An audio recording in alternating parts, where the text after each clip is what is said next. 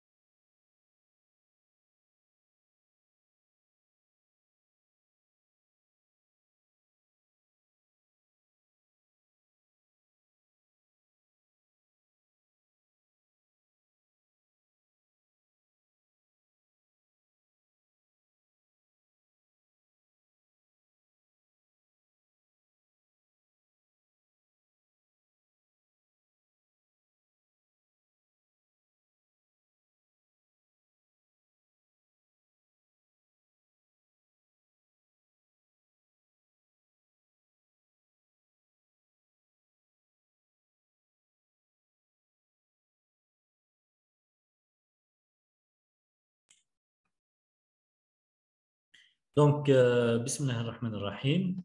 Assalamu alaikum, Zulf Lawan.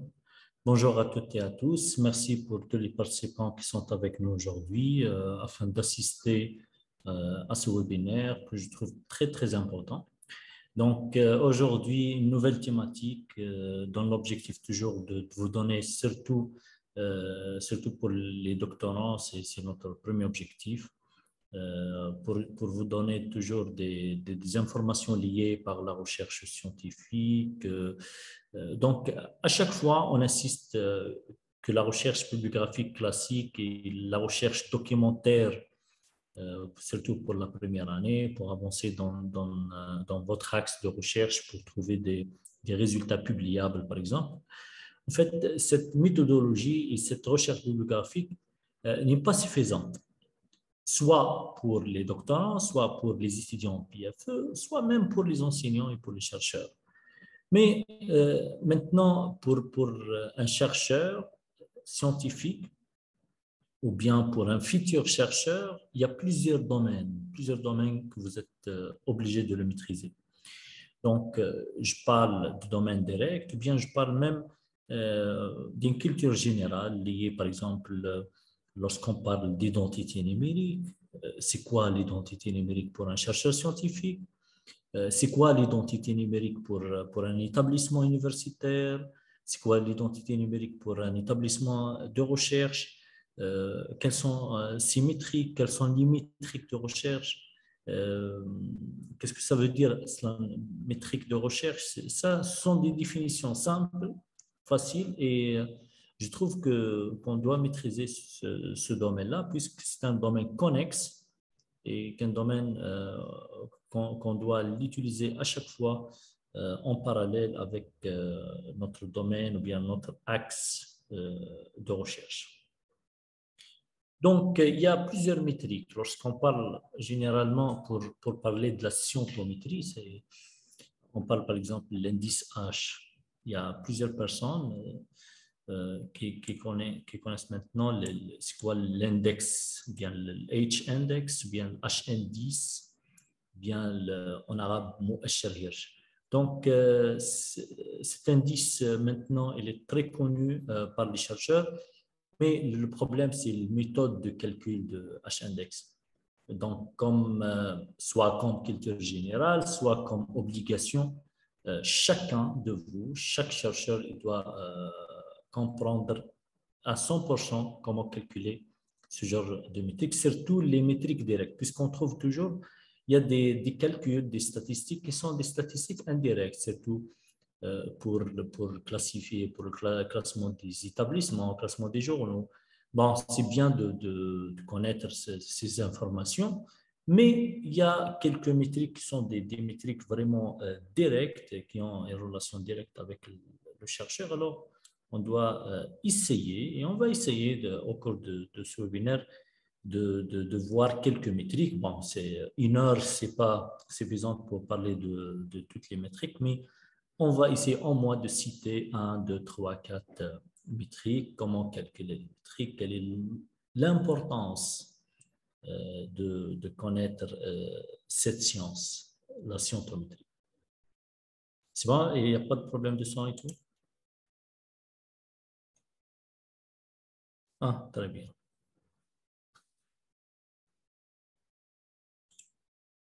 Donc, on va essayer d'avancer pas par pas, comme d'habitude. On va essayer de faciliter, de simplifier les choses pour être très clair, pour être très, très simple.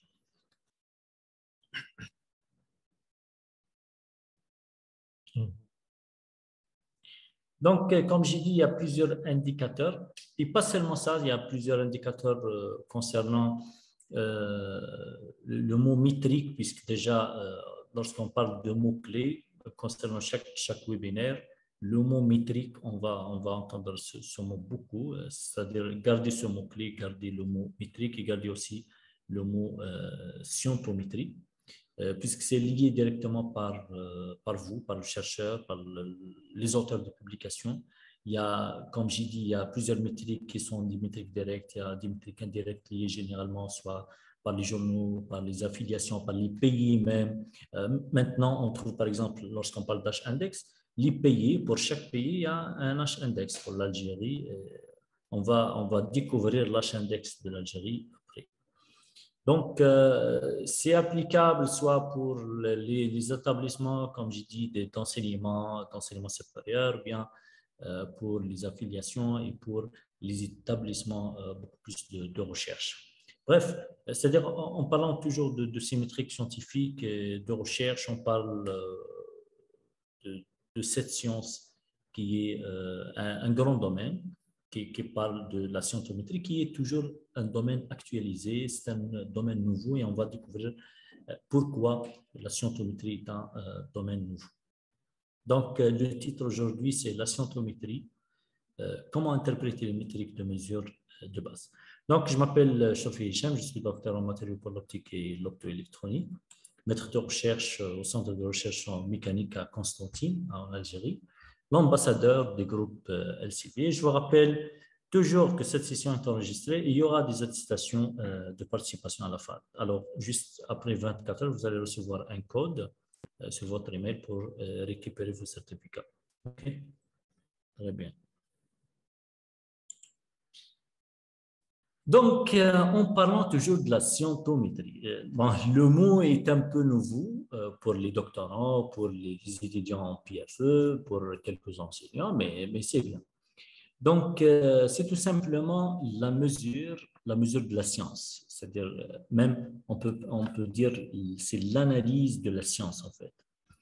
Bon, elle est souvent en partie liée avec la bibliométrie, c'est-à-dire, il y a trois mots-clés maintenant. Il y a le métrique, scientométrie, maintenant bibliométrie. Bon, elle est aussi peut-être considérée à la fois comme deux choses. Généralement, la scientométrie, essayez d'écrire tout ça. Hein.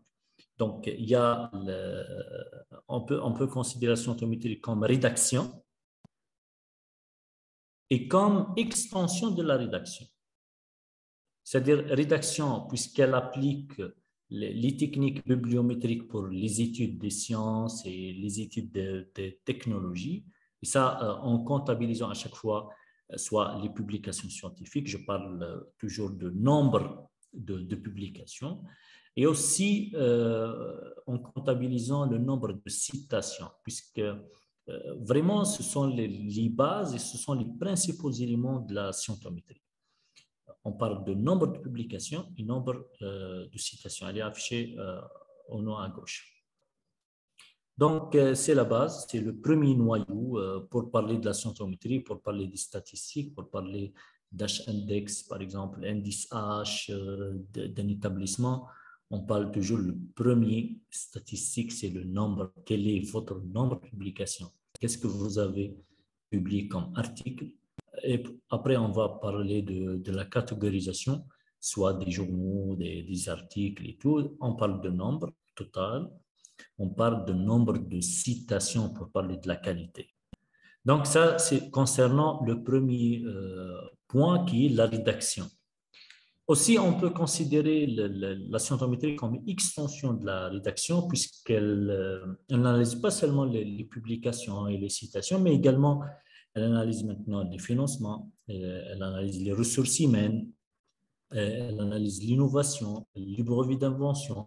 Il y a beaucoup de paramètres, il y a beaucoup de critères maintenant qui sont calculables, qui sur le plan statistique, on peut avoir beaucoup d'informations et même on peut classer les établissements et les journaux sur plusieurs paramètres et vous allez découvrir aujourd'hui quelques paramètres importants pour recevoir. Bon, entre nous, il y a même des administrateurs qui veulent travailler sur le classement de leurs universités. Alors, c'est bien de dire et de parler un petit peu sur les métriques de classement. Donc, toujours, c'est ça le problème et c'est ça la première maille. C'est pour comprendre ce domaine, il faut toujours parler des éléments de base de scientométrie. Donc, toujours pour parler de nombre de publications, bien pour avoir le nombre exact, pour avoir le nombre de citations, le premier paramètre, ce sont les données, les datas. C'est-à-dire, on ne peut pas faire des statistiques et on ne peut pas faire des mesures sans data. Il faut des data. Et pas seulement des data, il faut des data fiables. Et même en parlant de la quantité, hein, c'est-à-dire un nombre minimal de data aussi, même si un nombre minimal de data fiable ne peut pas garantir vraiment des statistiques interprétables et tout, mais il faut vraiment beaucoup de data, beaucoup de données. C'est pour ça qu'on parle maintenant, 20e siècle, on parle toujours de big data, big database. C'est ça, c'est la base de scientométrie, c'est l'élément fondamental pour parler des statistiques exactes, pour parler de la scientométrie. C'est vraiment important. Donc, on doit recevoir un nombre exact sur le nombre de publications, sur le nombre de citations, sur l'identité numérique de chercheur, sur l'identité numérique d'établissement. Il y a plusieurs choses importantes. Et aussi, maintenant, pour les métriques des revues, par exemple sur Scopus, et vous pouvez après découvrir avec nous Scopus, surtout pour les nouveaux qui n'ont pas assisté avec nous les dernières fois. Il y a plusieurs métriques scientométriques pour classer les revues sur plusieurs aspects. Bon, on peut pratiquer peut-être après pour découvrir quelques métriques. Bon, il y a les métriques, par exemple, en Algérie, d'habitude, on parle de métriques de revue. Nous avons les métriques A+, nous avons les métriques A, l'A+, qui sont généralement les premiers. Nous avons Science, Nature. Il y a quelques revues qui sont classées A+.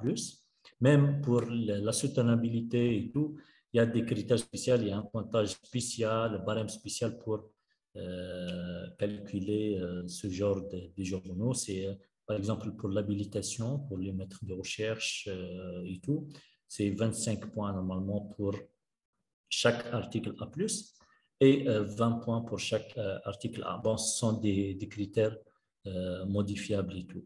Il y a aussi les classes B, il y a aussi les classes C qui est un classement national algérien. C'est le classement C pour les journaux algériens. Enfin, C, c'est une classe de préparation.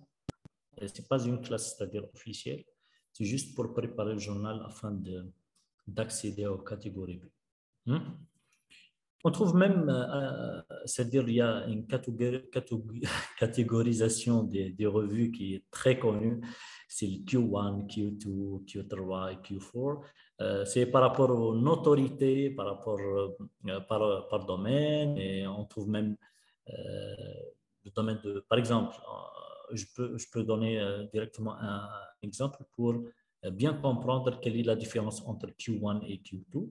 Par exemple, le domaine de pharmacie. Pour le domaine de pharmacie, le premier quartile, qui est le Q1, par exemple, correspond à 25% des journaux à impact élevé. Donc, on peut dire que ce sont vraiment les meilleurs dans ce domaine. C'est-à-dire, pour chaque domaine, on peut classer les revues. Q1, c'est le 25% qui ont l'impact le plus élevé. Et puis, on peut passer vers Q2, Q3 et Q4. C'est un classement par domaine et comme ça, on peut classer à chaque fois les journaux par rapport au domaine, puisque généralement, on ne peut pas classer les domaines avec un seul barème. Par exemple, je ne peux pas classer le physique avec le médecine. C'est un peu bizarre puisqu'il y a un problème de potentiel de citation, potentiel de publication et tout ça. Pour le Q1, c'est applicable généralement comme métrique pour chaque domaine. Ça, c'est très logique. Et maintenant, on peut trouver plusieurs bases de données qui travaillent avec ce genre. Okay? Donc, on trouve aussi les métriques des établissements. C'est affiché en troisième. Bon, par exemple, on trouve le SIMAGU. C'est un critère de classement des établissements de Scopus. Bon, les trois sont des critères de Scopus. Hein. Il y a le SIMAGU, qui est très, très connu maintenant. Il y a le QS et le THE. Ce sont trois classements très connus pour classer les établissements. On va découvrir après quelques métriques de classement des établissements, soit pour les établissements d'enseignement et même pour le centre de recherche. On va essayer soit d'appliquer sur les établissements d'enseignement des universités ou bien directement vers le nouveau classement des centres de recherche. Maintenant, il y a une différence, c'est-à-dire je peux classer les centres de recherche indépendamment par rapport aux établissements d'enseignement. C'est ça la logique. On peut avoir même prochainement un classement spécial pour les écoles supérieures, soit les écoles supérieures d'enseignement, bien les écoles supérieures polytechniques. À chaque fois, il y a des améliorations concernant la scientométrie et c'est ça l'importance, c'est que on ne parle pas d'un domaine classique ou bien d'un domaine théorique ou bien d'un domaine de 1800. On parle de domaines très nouveaux et à la mode. Normalement, c'est simple jusqu'à maintenant. J'essaie toujours de rester simple pour que les informations tout le monde comprenne.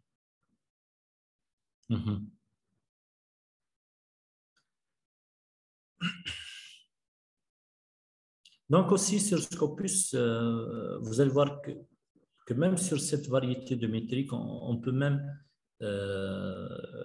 trouver des métriques liées par le financement, par la collaboration, par la coopération aussi.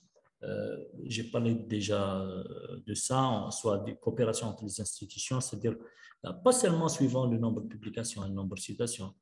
Aussi, une chose très importante qu'on doit exposer, c'est la classification des branches scientifiques, qui est aussi un élément de base.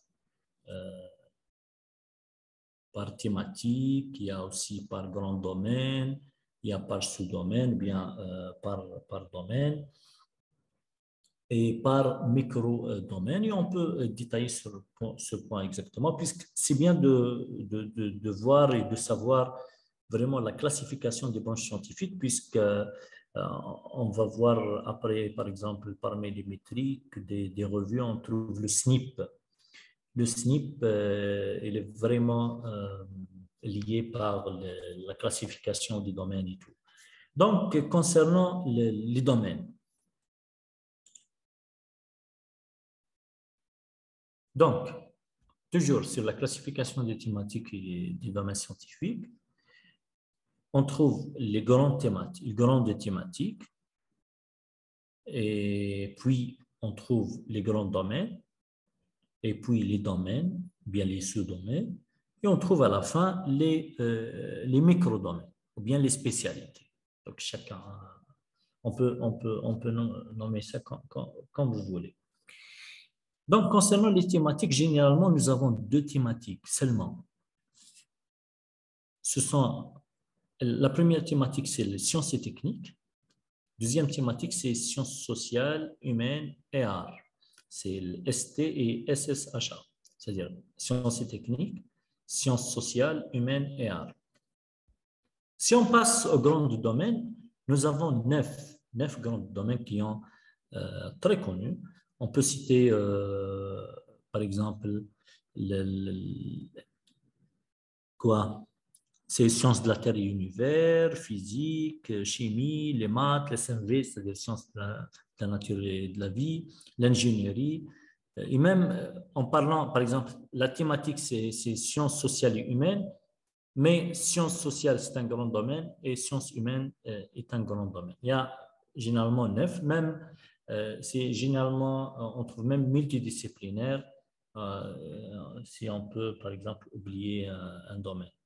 Pour les autres domaines, qui sont les sous-domaines, on trouve plus de 19, exactement 19 domaines, et on trouve jusqu'à 265 spécialités, ou bien 265 microdomaines. Peut-être je ne peux pas citer les microdomaines, puisque ce sont beaucoup, mais c'est bien de savoir ça, puisqu'il y a beaucoup de paramètres liés par cette classification du thématique jusqu'au microdomaine.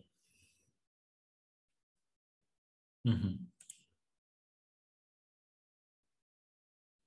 Maintenant, j'ai parlé de Big Database. C'est la plus grande euh, Big Database qui est maintenant qui est Scopus, c'est le numéro un dans le monde, avec une base vraiment pluridisciplinaire, de résumés, de citations signalant des centaines et des centaines de millions de documents scientifiques produits par maintenant par plus de 7000 éditeurs, bien groupes d'édition internationaux.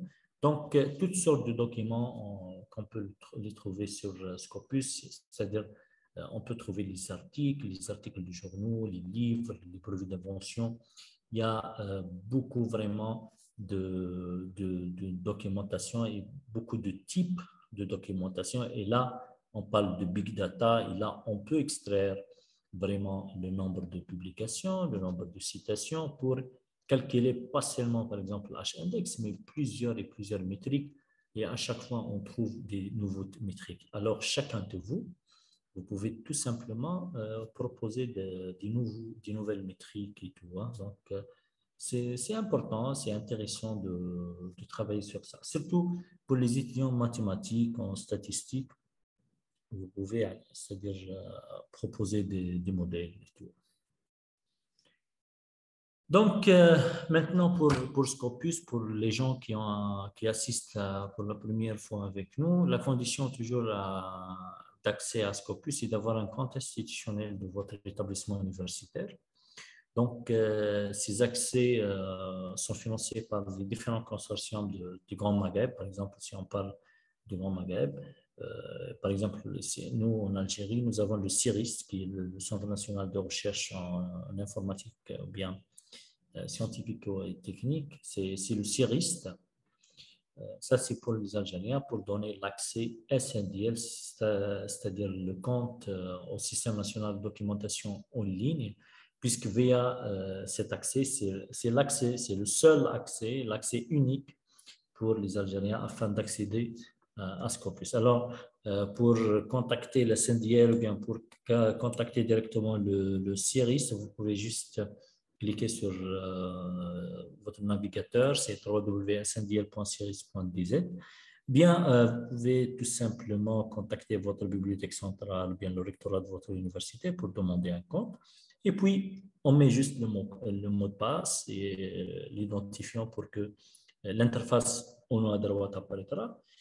Et comme ça, vous pouvez accéder à, pas seulement à Scopus, mais vous pouvez accéder à plusieurs plateformes comme Sciences Direct. Mais c'est important, c'est très important d'avoir ce compte SNDL afin d'accéder à Scopus. OK?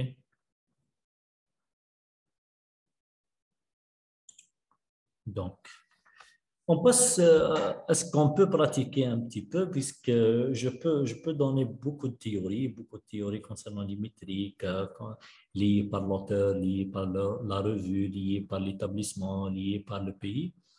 Mais je vois qu'on peut pratiquer un petit peu pour savoir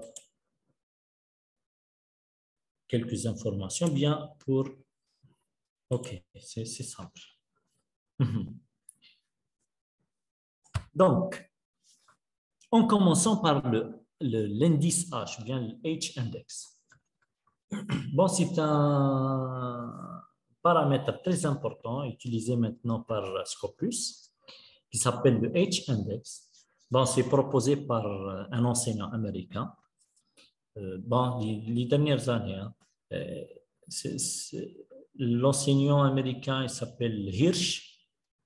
Donc, il est toujours en vie, c'est-à-dire, il est en retraite maintenant, c'est-à-dire, c'est pour vous dire que vraiment la scientométrie est toujours en mouvement, toujours, il y a des mises à jour, des nouvelles techniques. Alors, n'importe qui peut proposer d'autres métriques et ça va marcher puisqu'il y a toujours des questions, il y a toujours des problématiques et des critiques constructives. Donc, on peut travailler sur ça. La preuve, c'est que M. Hirsch est toujours en vie avec nous. C'est une théorie maintenant agréé et utilisé par Scopus, qui est la grande base de données dans le monde. Donc, c'est très important et c'est très motivant. Donc, l'indice H. Prenons directement un exemple pour comprendre comment calculer l'indice H. En fait, l'indice H est applicable soit pour évaluer un auteur, pour évaluer une revue, pour évaluer un établissement, pour évaluer, c'est-à-dire c'est applicable pour plusieurs choses. Alors, c'est très, très important de connaître comment calculer ce genre d'H-index. Donc, prenons l'exemple d'un auteur qui a un H-index égal 9. 9, c'est-à-dire, comme la courbe affichée devant vous, vous pouvez remplacer le H, le petit H, par 9. Donc, 9, c'est-à-dire qu'il a publié au moins 9 articles et chacun reçoit au moins 9 citations. Donc, c'est très simple, c'est-à-dire qu'il a au moins 9 articles, ou bien, et chacun de ces 9 articles reçoit au moins 9 citations. C'est une équation linéaire. Donc, pour que cet auteur passe, par exemple, du 9 au 10, puisque le H-index, entre parenthèses, c'est un nombre entier. On ne peut pas trouver 9, bien, ce n'est pas un nombre réel, c'est un nombre entier. C'est-à-dire, on peut passer directement du 9 vers le 10. Ce n'est pas, par exemple, le facteur d'impact, impact factor, on peut trouver le facteur d'impact avec virgule, parce que c'est un nombre réel. Mais le H-index est un nombre entier. Pour le passage entre le 9 vers le 10, il doit directement publier un 10e article et ce deuxième doit recevoir au moins 10 citations, c'est-à-dire 10, et les autres, c'est-à-dire les 9, doivent avoir chacun une citation de plus, c'est-à-dire un H-index 10, c'est-à-dire avoir au moins 10 articles et chacun reçoit au moins des citations. Est-ce que c'est simple?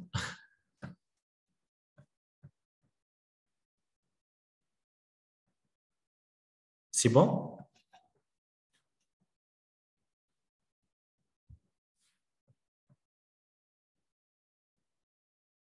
Donc, très bien. Très, très bien. Donc, c'est un peu compliqué, mais je trouve que c'est le paramètre et c'est la métrique le plus logique. Plus logique puisqu'elle prend en considération la quantité et aussi la qualité, les deux en même temps. Chacun qui a son article et un article cité, et elle a un article cité 1 million de fois, son H-index égale quoi? Et là, non, c'est pas ça. Et là, son article, il a publié son article. Et parmi les 100 articles, il a un article cité 1 million de fois, imagine. Quel est son index, H-index? C'est pas 100, c'est pas 1000, non? Oui, c'est 1, exactement. C'est-à-dire, on ne peut pas avoir la qualité sans quantité, on ne peut pas avoir la quantité sans qualité. L'H-index, on doit publier toujours et on doit recevoir toujours des citations. C'est ça la condition. Avoir 1 million de citations sur un article et les restes, c'est-à-dire les 99 ne sont pas cités, alors vous allez rester stagné. Comme ça, jusqu'à l'obtention des citations pour les autres articles. Alors, c'est très important, comme ça, on peut garantir le mouvement qualité-quantité, qualité-quantité. OK? Alors, très bien, très bien, très bien, merci. Donc, une autre chose. Il y a maintenant métrique de revue. Une métrique très, très importante qui est utilisée par Scopus, c'est le site score. Bon, site score, tellement il y a des mouvements aussi, il y a des mises à jour, il y a des mouvements actualisés et tout. J'ai affiché sur le slide 2 méthodes pour calculer site score. À gauche, c'est l'ancienne méthode. À droite, c'est la nouvelle méthode qui est utilisée depuis 2020. À gauche, comme ça,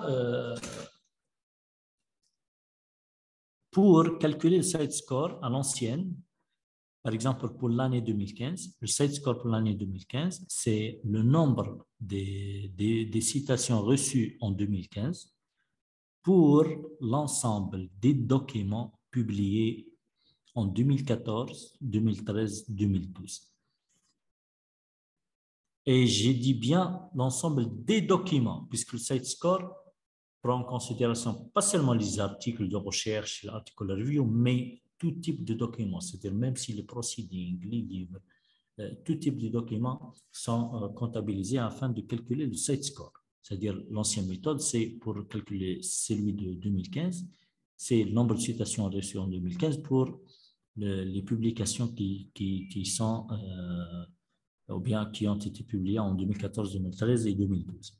Maintenant, la nouvelle méthode, c'est pour calculer le site score de 2020, par exemple, c'est le nombre de citations reçues en 2020, 2019, 2018, 2017 sur le nombre de publications qui ont été publiées sur la même période, c'est-à-dire sur 2020, 2019, 2018, 2017. Ça, la meilleure, bien, c'est la nouvelle méthode utilisée par Scopus pour calculer le site score. Comme ça, on peut à chaque fois trouver des site scores plus réels. Et même pour traquer, bien pour suivre le site score, il y a le site score mensuel, annuel, il y a beaucoup de choses. Et vous pouvez sur Scopus cliquer sur en bas sur site score FAQ, c'est-à-dire Frequently Asked Questions, pour trouver plusieurs réponses à plusieurs questions. Et normalement, maintenant, c'est le deuxième méthode qui est affichée à droite, qui est la plus utilisée, et la méthode utilisée par Scopus maintenant pour calculer cette score. Et après, on va afficher quelques métriques, c'est-à-dire concernant le site score, quelques calculs très importants concernant tout ça. OK. C'est simple pour le moment?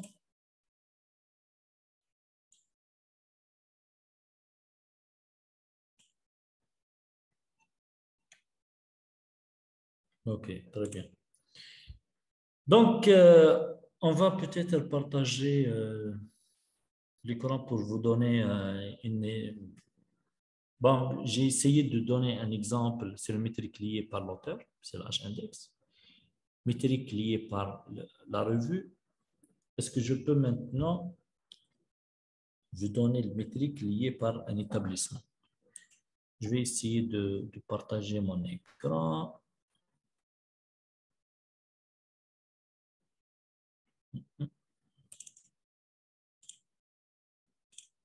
OK. Je peux, par exemple, c'est un site très connu qui est sponsorisé par Scopus, c'est le SGR, Simago Journal Ranking. Vous pouvez consulter ce site pour voir plusieurs métriques de la scientométrie et tout. Donc, concernant le SGR, c'est juste pour vous répondre concernant le H-index de notre pays. C'est une question très, très importante. Donc, sur le SGR, c'est un site très connu, très simple à utiliser. Vous pouvez ici entrer le nom du journal pour voir est-ce que le journal est indexé Scopus ou non, soit en écrivant le titre, les SSN, ou bien même l'éditeur, ou bien le groupe d'édition. Et en bas, vous pouvez trouver plusieurs informations. Alors, vous pouvez classer soit par domaine des établissements, soit par catégorie, soit par région, ou bien par année, ou bien par des types. C'est-à-dire, vous cherchez des journaux, ou bien des book series, des conférences and proceedings. Et puis, ici, vous allez trouver quelques critères très importants concernant, par exemple, ce sont des journaux ici. Et voilà le H-index de chaque journal avec son SGR. OK, donc le SGR, il prend en considération beaucoup plus les citations utilisées sur la liste de référence, puisque le SGR est une métrique de prestige. OK, c'est une métrique de prestige fondée sur l'idée que toutes les citations ne sont pas égales. Donc, citer une référence, ou bien citer une autre référence, ce n'est pas la même chose concernant le SGR, puisque vraiment, il prend en considération le champ disciplinaire de votre référence, la qualité de votre référence, l'attractivité de votre référence, la valeur de votre référence.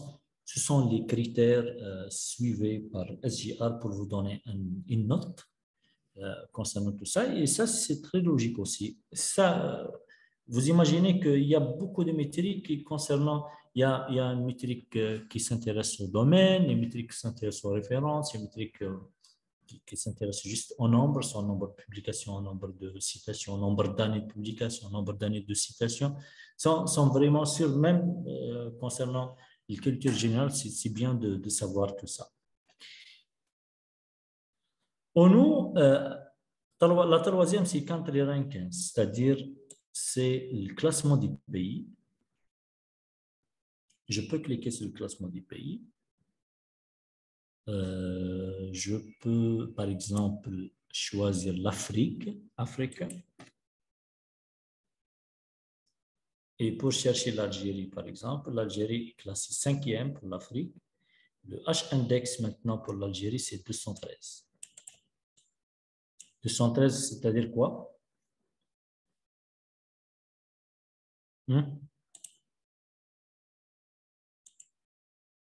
Est-ce que je peux partager ici? Est-ce que je peux partager un écran blanc? Est-ce qu'il est là?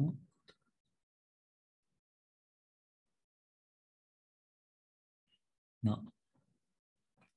Je ne peux pas partager un écran blanc. OK, il n'y a pas de souci.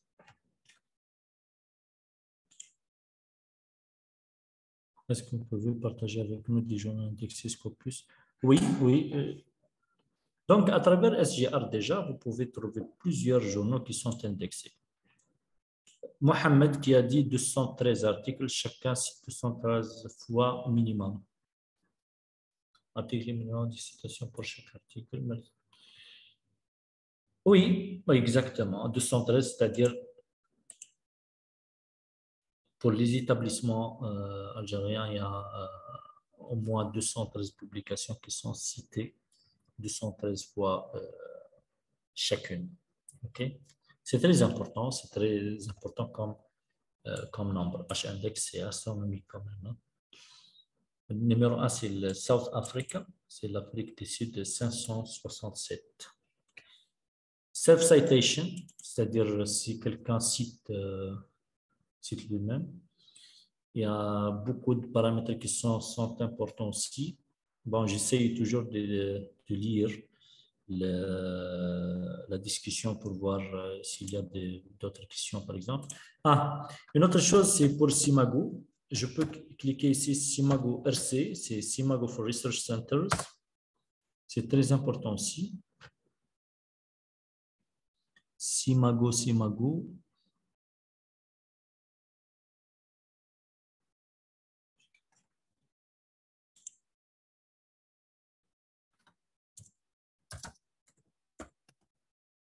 Research. Pour voir que une métrique très importante pour classer vraiment, pour classer les établissements. C'est pas ça normalement.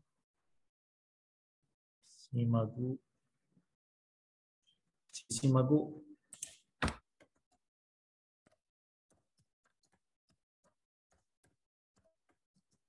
Simago.com. Ok, très bien. Ça, c'est le site proposé par LCV aussi pour classer les centres de recherche. Donc, je peux cliquer sur Enter Simago Research Centers Ranked. C'est pour le MENA Region. C'est-à-dire, à chaque fois, c'est notre politique maintenant suivie par LCV, c'est que je ne peux pas classer, par exemple, les centres de recherche mondialement directement. C'est région par région. Pour voir le benchmarking, c'est-à-dire l'analyse comparative entre votre institution, il faut voir une institution de même environnement, soit du même pays, ou bien minimum du monde arabe, bien pour la région MENA, pour voir vraiment notre position par rapport à l'existant. Okay? Alors, c'est très important de voir ça. Donc, ça, c'est le Simago Research Centers. Maintenant, numéro 1, c'est National Research Center, c'est un centre de recherche égyptien. Pour voir juste les métriques de classification et les métriques de classement, je peux directement cliquer ici pour voir les métriques en français, qui sont suivies par LCV pour noter les centres de recherche. Donc, il y a 40% comme note de recherche pour évaluation, 40% note d'innovation. Il y a le score de société. On peut voir aussi sur les comme métrique d'auteur, on peut découvrir le Plume X. Plume X, c'est une métrique concernant les articles beaucoup plus, mais c'est une métrique sociale beaucoup plus, c'est-à-dire la place de l'article sur les réseaux sociaux, sur le feedback des médias et tout. C'est vraiment important de voir l'impact social d'un article à travers cette métrique. Vous pouvez cliquer sur Google, Plume X, c'est une métrique très, très importante. C'est-à-dire maintenant, vous voyez que même les réseaux sociaux, les feedbacks sur les réseaux sociaux, sur les médias, la diffusion de l'article sur plusieurs aspects, c'est une métrique maintenant. C'est une métrique pour classer, pour donner un feedback sur un article. C'est très important de voir ça. C'est le Plume X, P-L-U-M-X. Même 20% pour le score de société. Sur la direction, l'excellence, publication de haute qualité, il y a beaucoup de choses. Je ne sais pas si je peux glisser ici, mais apparemment, je ne peux pas.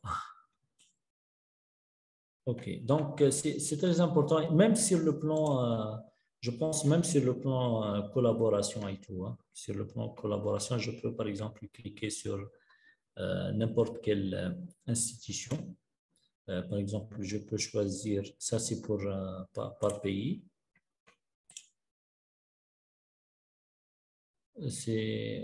C'est-à-dire pourquoi la centrométrie, c'est ça, c'est pour répondre à cette question. Je peux cliquer sur National Research Center pour voir directement les collaborations. Donc ça, c'est le score par rapport à l'innovation Research Overview, c'est l'aperçu, Society, Leadership, Excellence, High Quality Publications, Output, Scientific Talent Pool, Open Access, International Collaboration. ça c'est très important. Hein, pour les collaborations, elle a des collaborations vraiment avec plusieurs laboratoires, plusieurs centres de recherche et universités dans la MENA region, même d'autres, c'est-à-dire même pour les autres et tout. Donc, à travers la collaboration maintenant, c'est une métrique très importante, pas seulement, c'est-à-dire avoir des publications, avoir des citations, mais maintenant même avoir des collaborations et des coopérations avec les autres centres de recherche. C'est très, très important de savoir tout ça. Donc, concernant l'impact factor, depuis la discussion, une question sur l'impact factor. Bon, l'impact factor, il prend en considération les articles, c'est-à-dire les articles de recherche, les articles de review. Par exemple, pour le nombre de citations reçues en 2021, pour le nombre de publications publiées pour les 2 années précédentes, c'est-à-dire le nombre de citations reçues en 2021 pour les publications publiées en 2020 et 2019. C'est très simple, c'est très, très simple pour calculer tout ça, mais elle prend en considération juste les articles et tout. Non, pour Scopus, elle utilise le H-index, le site score, il y a plusieurs métriques. L'impact factor est utilisé par le Web of Science. Oui. Exact. OK. S'il y a des questions, vous pouvez toujours poser vos questions sur le Q&A. Je vais essayer en parallèle de répondre à vos questions pour animer un petit peu l'atelier.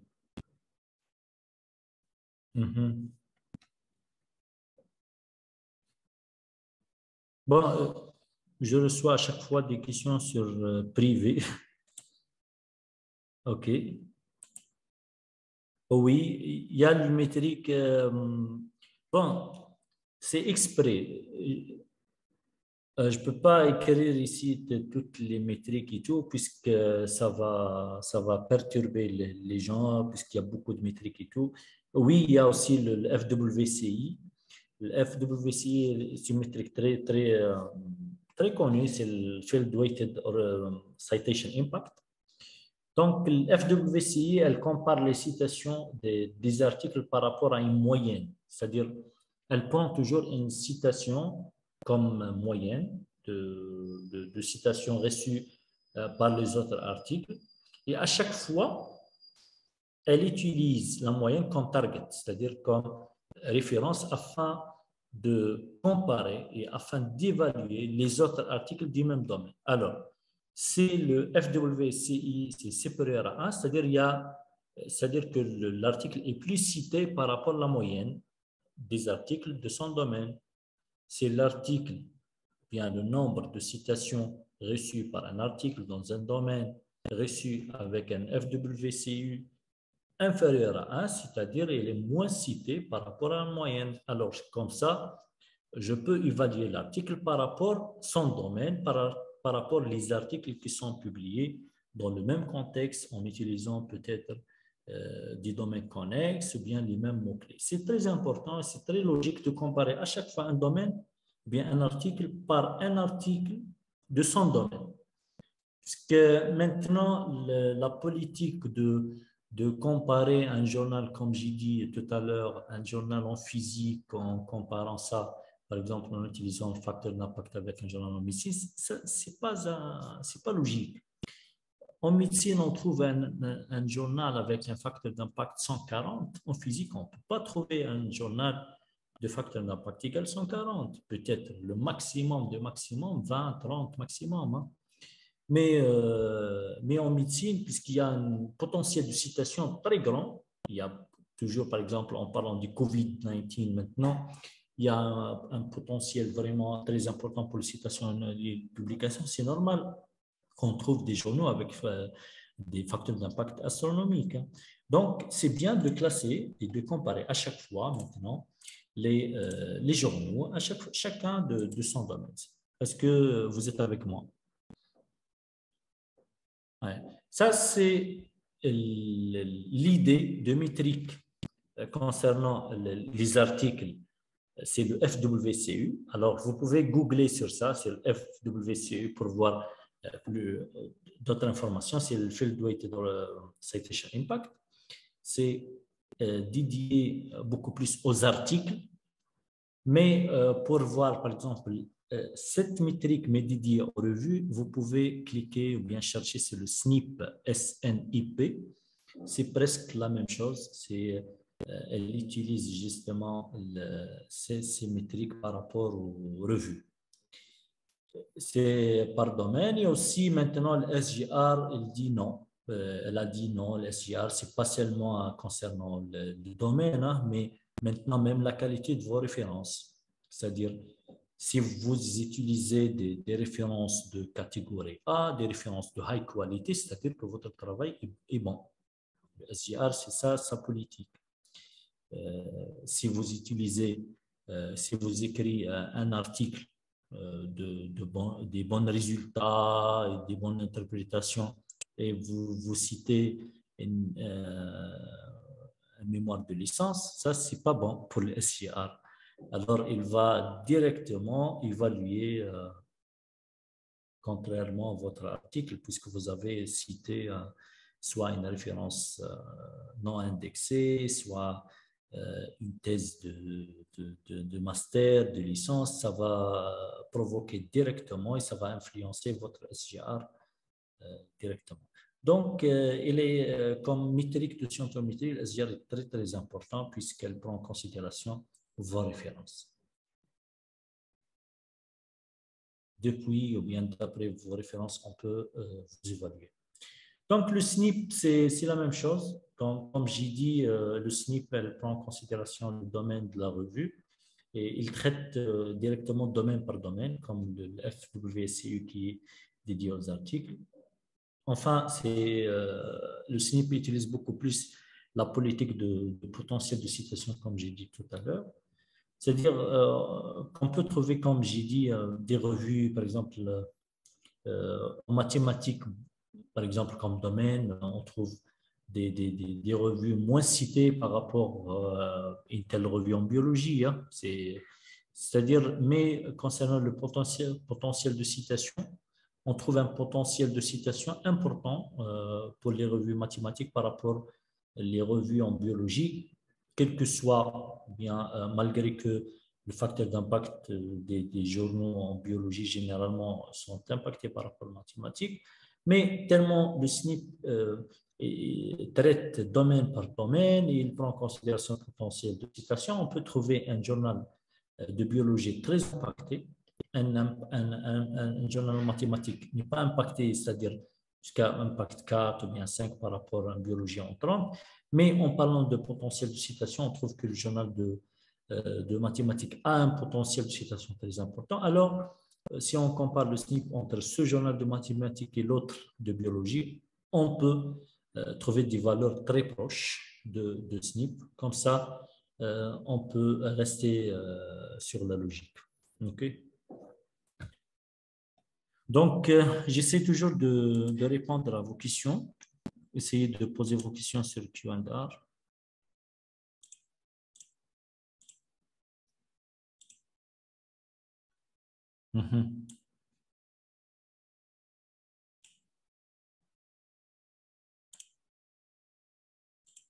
Si vous avez des questions, vous pouvez juste poser des questions ici. Hein.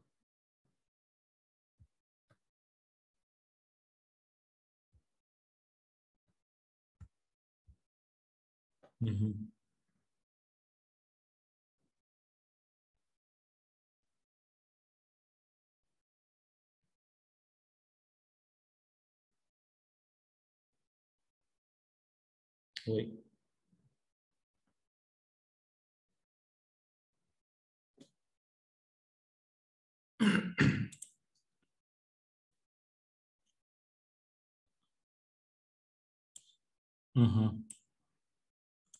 Donc, la différence entre un journal indexé et non indexé, bon, c'est une question très importante concernant la scientométrie. Un journal indexé, c'est-à-dire qu'il est indexé dans une base de données connue. On parle d'un journal indexé dans Scopus, c'est-à-dire si je fais une recherche sur Scopus, je peux trouver ce journal.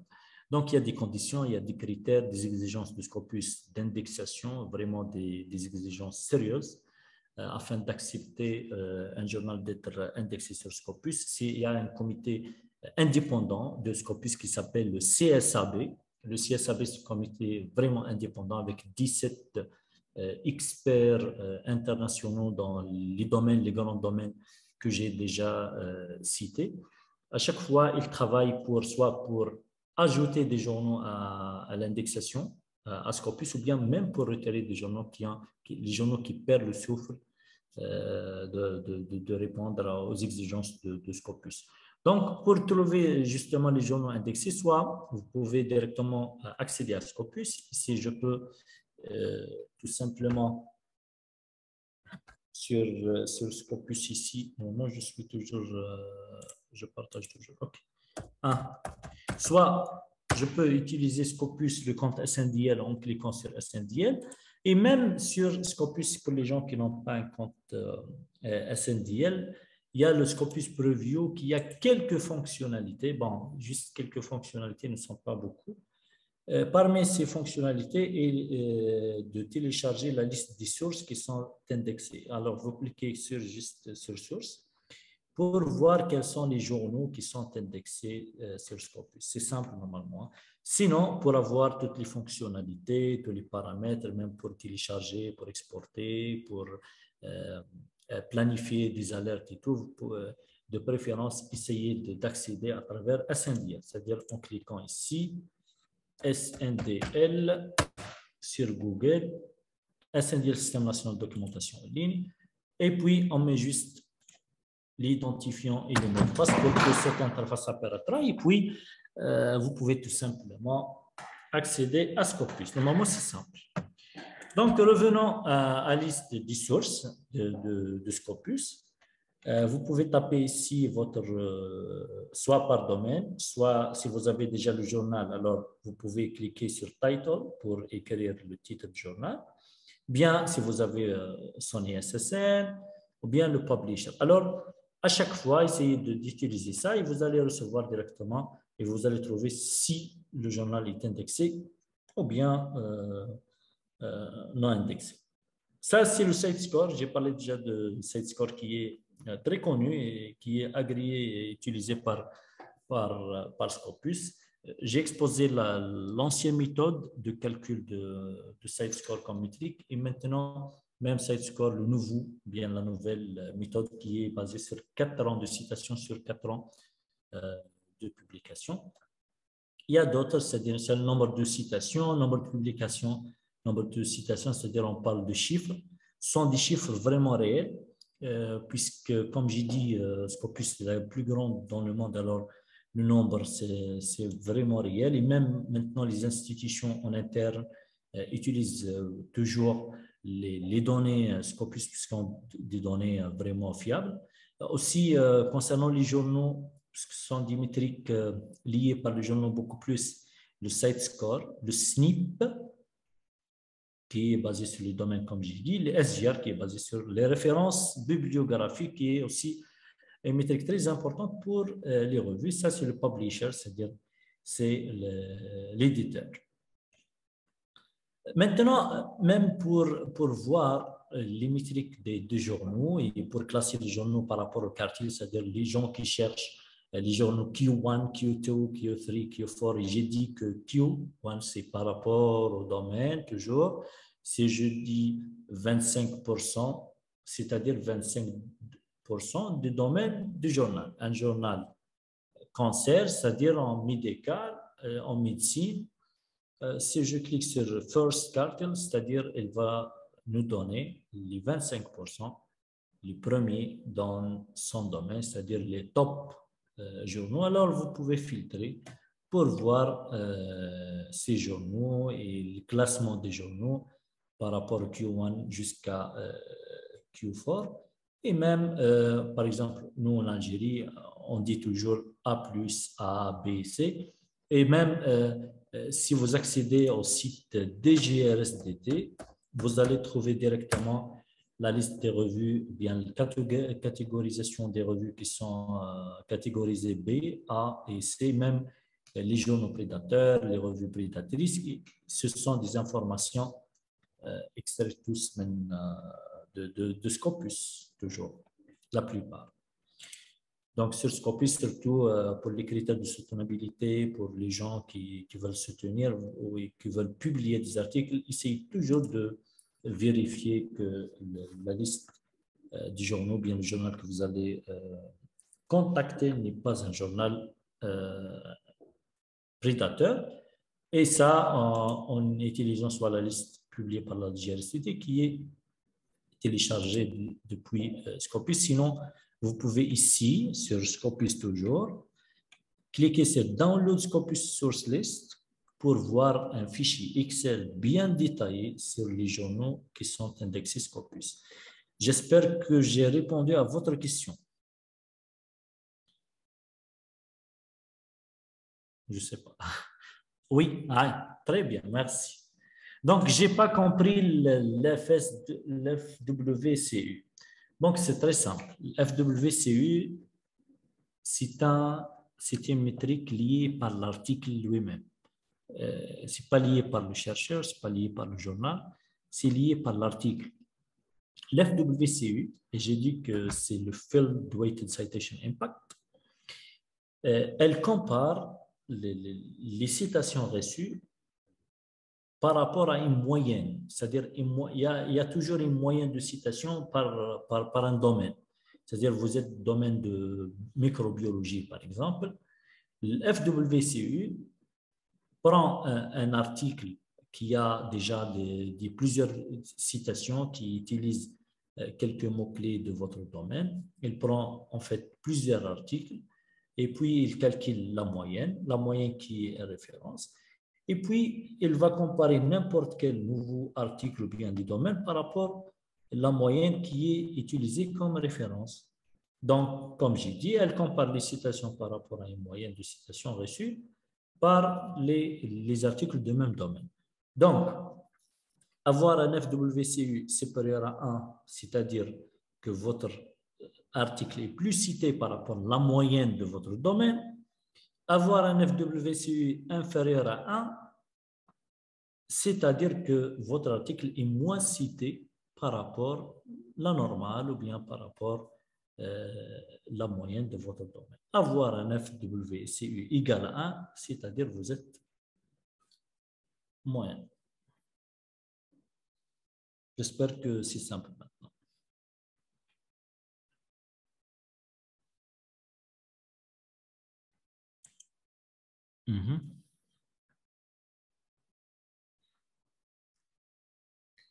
J'ai deux articles avec un nombre de citations 126, c'est-à-dire vous avez publié deux articles avec un nombre de citations 126. Comment peut-on calculer H-index?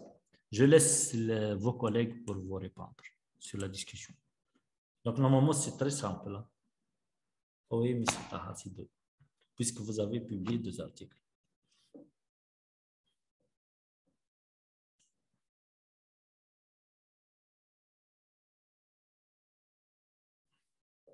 En fait, les journaux à plus sont quelques chats, donc sont très connus. Hein. Sur Scopus, bien sur les bases de données, sur Google Scholar, vous pouvez voir directement les journaux à plus qui sont classés les premiers dans chaque domaine.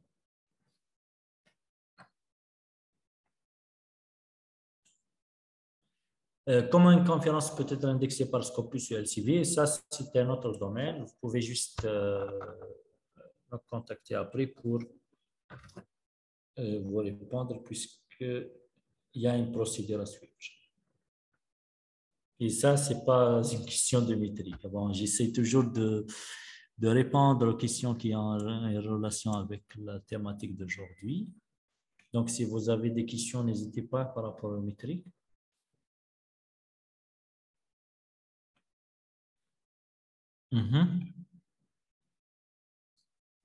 Bon, je peux vous donner d'autres métriques. Hein. Bon, je ne vais pas compliquer les choses. Comment augmenter la visibilité d'un article pour plus de citations? En fait, pour augmenter la visibilité dès le départ, essayer de publier en open access, c'est-à-dire en accès ouvert. La publication en open access va ouvrir vraiment des portes et des fenêtres sur la visibilité de votre article. Alors, chacun qui va faire la recherche sur Google va trouver votre article comme premier résultat directement et ça va comme ça augmenter la probabilité, la possibilité d'avoir des citations.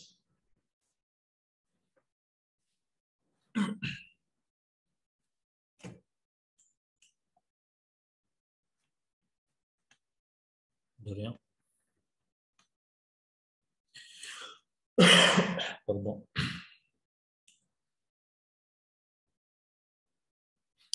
On peut trouver des sources copies de journaux classés catégorie B. Oui, oui.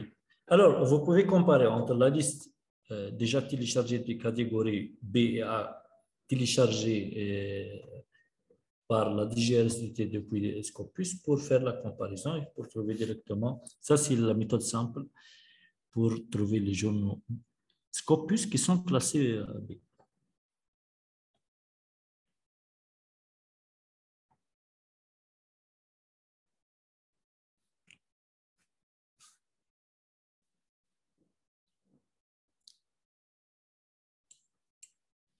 Est-ce que les keywords et le titre ont un impact assez élevé sur le nombre de citations?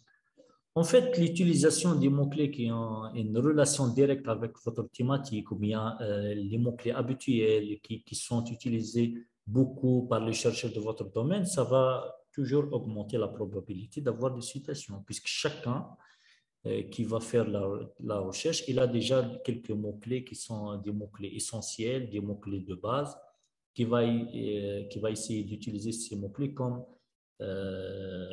base de recherche pour l'année bibliographique. Alors, essayez d'utiliser le maximum des mots-clés qui sont usuels, qui sont connus par les gens du domaine. Comme ça, la probabilité de trouver votre article dans la liste des résultats va être augmentée. Comme ça va influencer sur le nombre de citations. Alors, essayez d'utiliser le Cloud Keywords pour trouver directement les mots-clés qui ont une relation vraiment, qui ont utilisable beaucoup par rapport au domaine. C'est très important, c'est une question vraiment importante, l'utilisation des mots-clés pour augmenter le nombre de citations.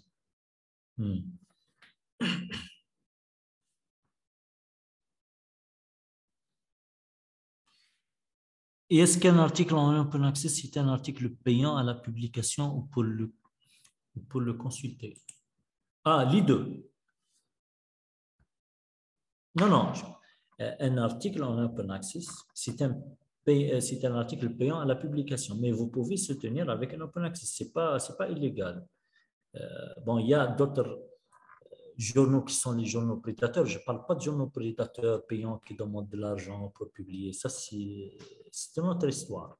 Mais un article open access, l'auteur paye pour que son article soit ouvert ou bien en open access gratuitement pour tout le monde. C'est-à-dire pour le consulter, on peut le trouver gratuitement par tout le monde. Mais pour faire tout ça, il faut ouais. Il faut payer. Donc,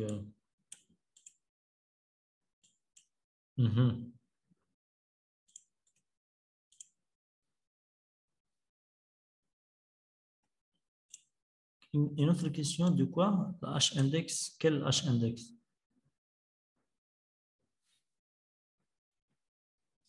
Ah, OK. Donc, la différence entre le H-index et le H10 index. Bon, c'est une très importante question aussi. Le H-index, normalement, c'est bon. Normalement, on a bien expliqué le H-index. Maintenant, le H10 index, en fait, il correspond au nombre de publications avec au moins des citations. Donc, il est fourni sur l'ensemble des citations des 5 années, normalement, les dernières années. Mais bref, le I10 index correspond au nombre de publications avec au moins des citations. Okay? À partir des publications qui ont au moins des citations, on parle d'un autre H-index qui est le I10. Ça, c'est pour catégoriser un petit peu les journaux, bien les publications. 10, c'est-à-dire avoir au moins 10 citations, c'est très simple. Nombre de publications avec au moins 10 citations. C'est ça pour calculer le H10.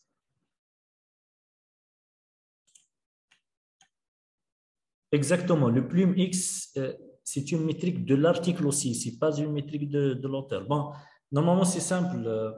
J'ai essayé de séparer entre les métriques des revues, les métriques des établissements et les métriques des articles. Pour le plume X, bon, peut-être ce n'est pas une métrique connue par tout le monde, mais vraiment c'est une métrique importante puisqu'elle est proposée pour mesurer l'impact social par rapport au feedback social de l'article sur les réseaux sociaux et sur les médias et sur plusieurs choses.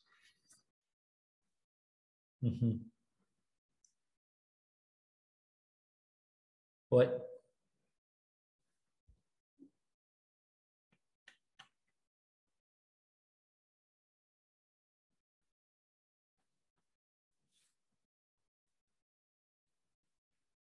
Non, non, ce n'est pas des articles pour des citations, non, c'est le nombre de publications avec au moins des citations. Tout le nombre de publications qui a déjà plus de des citations, on peut l'exploiter pour calculer le I10 H-index. Okay? C'est-à-dire, n'essayez pas de comprendre le I10 comme la façon de comprendre le H-index. Okay?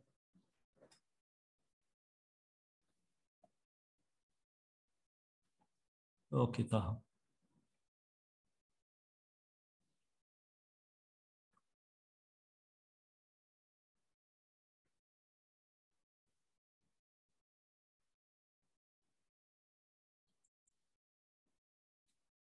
Bon, comment savoir que je peux publier sur A ou bien sur B? C'est par rapport à la qualité de votre article. Chacun peut décider ça pour décider soit de contacter directement le B, le A. Alors, il faut voir toujours avec votre encadrant, vos collègues, vos co-auteurs pour vérifier l'originalité du travail, la qualité du travail, pour voir si le travail mérite vraiment d'être euh, envoyé vers une revue classe A ou bien une revue classe B, mais n'hésitez pas de contacter le top, c'est-à-dire le A, pour voir, puisque même les commentaires des reviewers vont vous aider sûrement. Hein.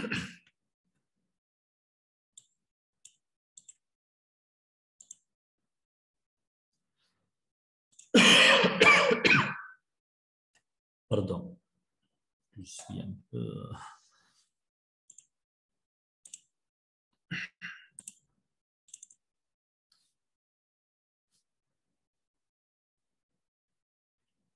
Donc, on a déjà parlé de ça.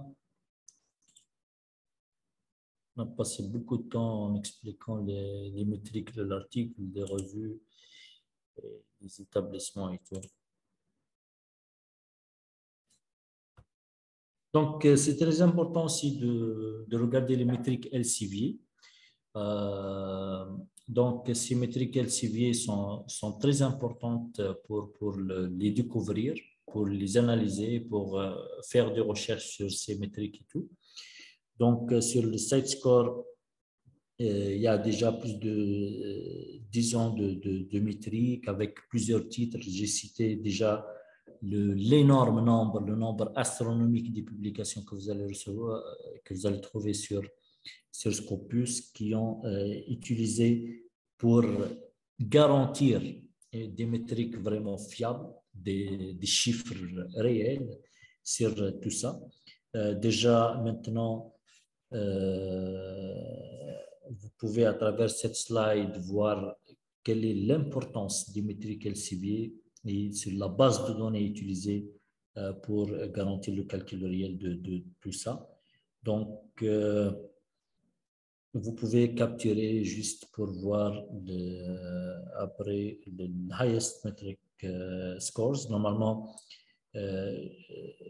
j'ai expliqué même comment calculer, puisque c'est par rapport au site score toujours.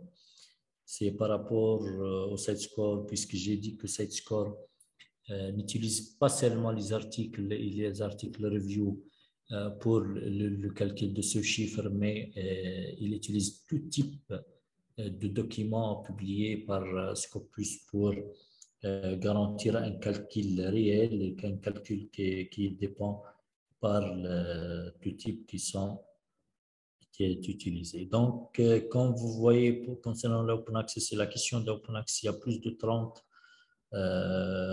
Open Access Title Ranked comme first, c'est-à-dire les journaux Open Access qui sont maintenant classés en première quartile, c'est-à-dire en premier quartile ou bien la première catégorisation, comme voilà l'A+, c'est numéro 1 pour voir quelle est l'importance de visibilité des documents pour avoir beaucoup de citations. Vous pouvez même voir la variation entre 2011 jusqu'à 2020. Il y a beaucoup de nombre de citations vraiment important et tout. Donc, il y a beaucoup de choses. Maintenant, pour les journaux actifs maintenant que vous pouvez trouver sur Scopus, vous allez trouver au moins 25 990 titres qui sont indexés Scopus. Et il y a beaucoup de titres très importants. Alors, même concernant les disciplines, j'ai cité qu'il y a deux thématiques et puis les grands domaines, les domaines. Et jusqu'à les microdomaines, on peut trouver jusqu'à 330 disciplines, c'est-à-dire le minimum, j'ai cité qu'il y a minimum 260,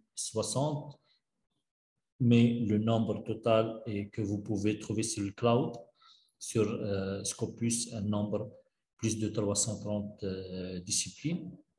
Concernant les métriques, j'ai essayé de ne pas compliquer beaucoup de choses. Il y a beaucoup de métriques. Normalement, bon, il y a une question toujours sur la différence entre le SGR et le SNP.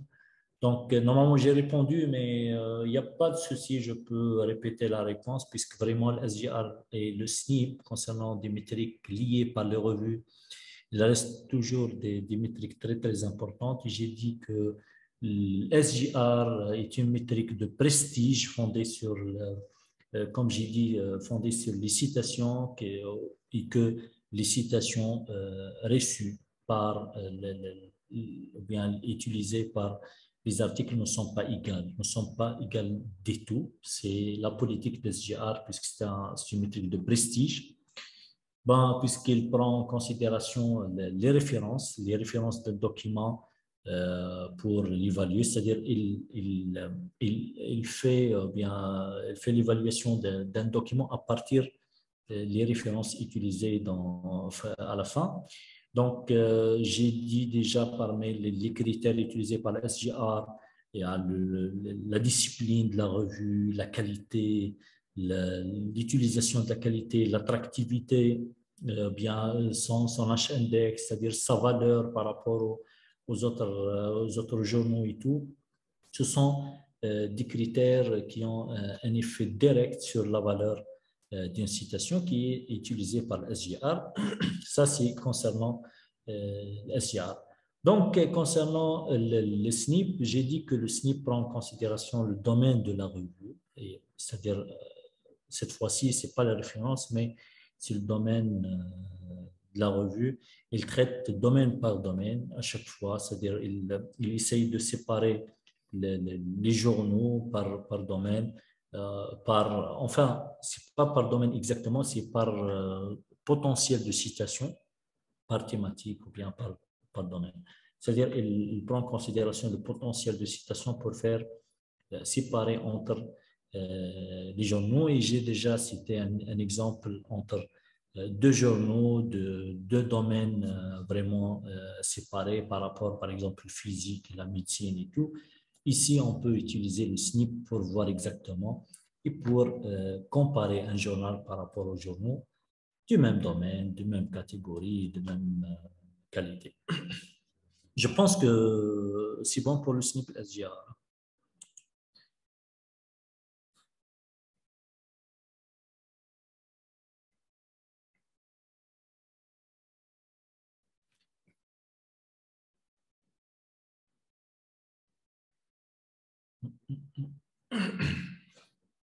Pourquoi, malgré qu'il y a citation de mon article, mais l'index H toujours 0? En fait, si vous avez publié au moins un article et si vous avez reçu au moins une citation, vous avez au moins un H-index égal à 1.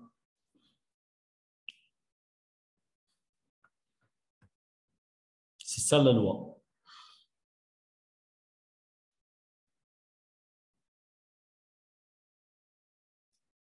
Sinon, il faut voir le type de votre article. Sinon, est-ce que vous êtes vraiment connecté?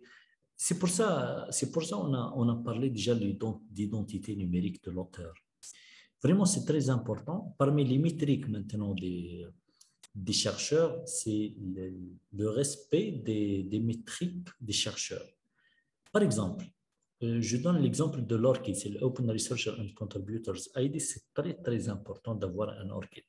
Alors, chacun de vous, si vous n'avez pas un ORCID, il faut le plus tôt possible accéder à www.orchid.org pour créer un compte, pour recevoir un code universel.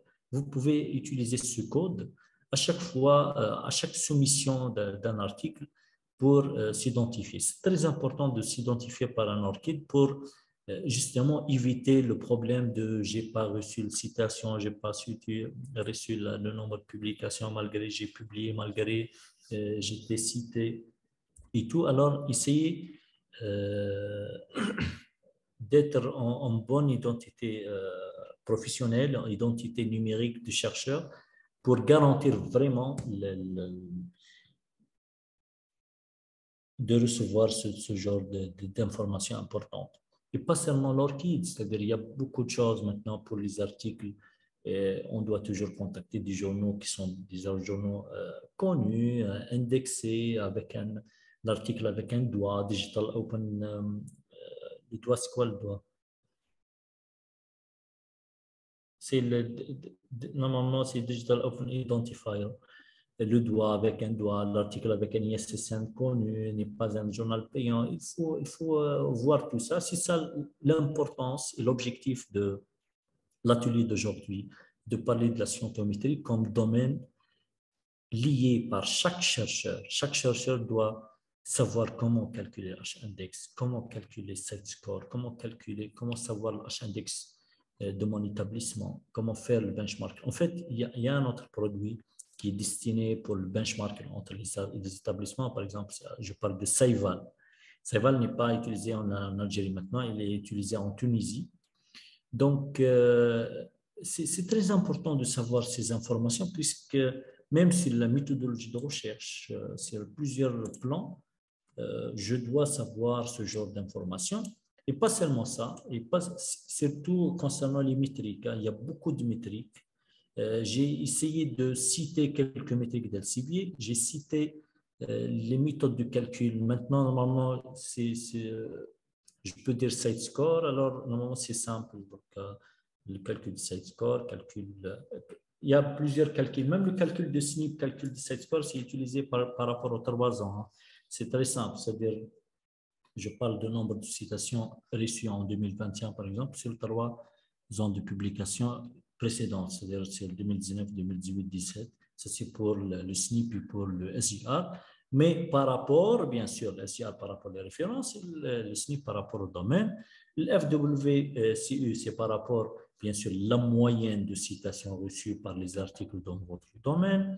Le plume X par rapport, comme j'ai dit, par rapport à l'impact social, sont des évaluations beaucoup plus concernant plume X et concernant le métrique d'innovation, métrique sociale, mais il y a plusieurs. Même en Algérie, il y a le dernier classement des établissements universitaires qui est basé sur la scientométrie, c'est le CISA. Le CISA qui est basé normalement sur 7 critères, normalement, bien 5 critères, j'ai pas, si ma mémoire est bonne. Donc, c'est l'innovation, c'est l'enseignement, c'est plusieurs choses. Et maintenant, ils ont classé tous les établissements algériens selon ces métriques. Donc, j'ai essayé de parler de tout ça maintenant.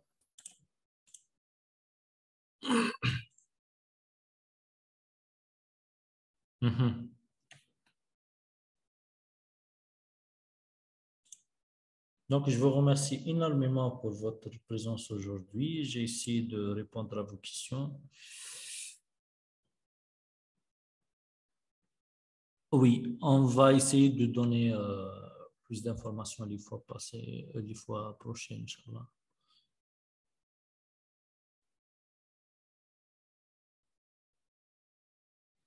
Le but d'Orchid, comme j'ai dit, Orchid, c'est-à-dire pour éviter, il y a plusieurs. Si je fais la recherche, par exemple, maintenant sur les réseaux sociaux, à un ancien collègue, par exemple, je peux taper son nom, son prénom, mais juste en tapant son nom et son prénom, je peux trouver 10 ou bien 20 personnes au même nom, même prénom. Alors, c'est difficile de savoir quelle est la personne à contacter. Mais en utilisant un nombre, bien un chiffre universel, comme ça, c'est un chiffre universel unique pour chaque personne, comme ça, je ne peux pas rater ma cible. C'est ça le but de l'Orchid.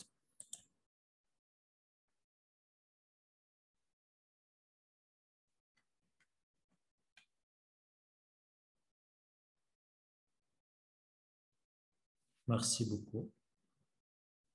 Donc, toujours concernant, vous pouvez toujours partager avec nous vos feedbacks concernant ce webinaire. Si vous avez des questions, vous pouvez me poser vos questions. On est toujours là, à votre service, toujours, pour vous répondre à vos questions. Donc, je vous remercie énormément pour votre présence aujourd'hui. Et merci beaucoup. Merci, Marianne. Merci pour tous les participants qui sont avec nous aujourd'hui. Wa fikum barak.